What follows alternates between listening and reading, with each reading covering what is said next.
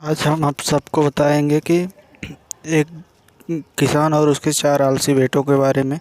बहुत समय पहले की बात है। एक गांव में एक किसान रहता था। उसके पास काफ़ी संपत्ति थी, क्योंकि उसने बहुत सालों से खूब मेहनत किया था। उसके पास बहुत बड़े खेत थे, पर वह दुखी बहुत था, क्योंकि उसके जो बेटे थे वो आलसी थे। ना तो वह उसकी मदद करते थे, सारे दिन सोते थे और अपना समय फालतू के खेलों में बर्बाद किया करते थे। एक दिन किसान व्यक्ति बीमार पड़ गया। उसके बेटों ने डॉक्टर को बुलाया और डॉक्टर ने कह दिया, आपके पास समय ज़्यादा नहीं है, तब आपकी कोई आखिरी ख्वाहिश हो तो पूरा कर लें। वैसे तो आलसी बेटे कुछ काम करते नहीं थे, लेकिन वह अपने पिता से बहुत प्यार करते थे। डॉक्टर के जाने के बाद वह सभी रोने लगे। अपने बेटे को दुखी देखकर किसान का दिल पिघल गया और कहा, चिंता मत करो मेरे बच्चों, मैं स्वर्ग से तुम्हारी रक्षा करूंगा और मैं खेत में सारा धन गाड़ दिया हूँ।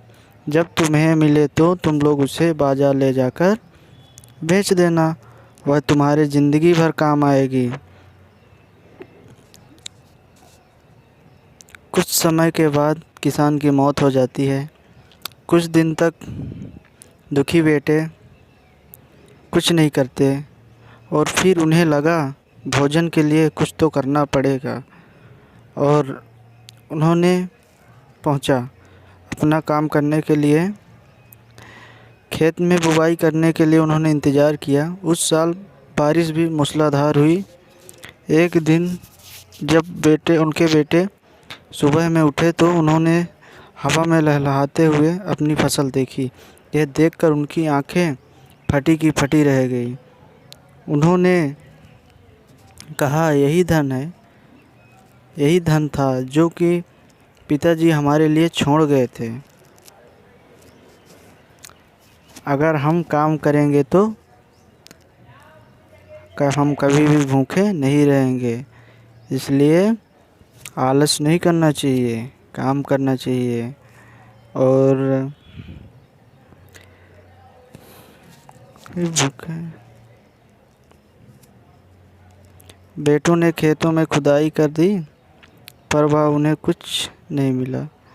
उनके पिता के दोस्तों ने कहा, आखिर तुमने खेत जोत ही दिया है तो बीज भी डाल दो।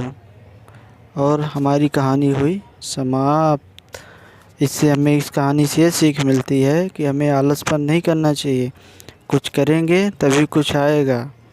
वेट नहीं करना चाहिए, क्योंकि व्यक्ति जो वेट करता है तो मेहनत करने वाला जितना छोड़ जाता है, वेट करने वाले को बस उतना ही मिलता है। इसलिए हमें कभी आलस नहीं करना चाहिए।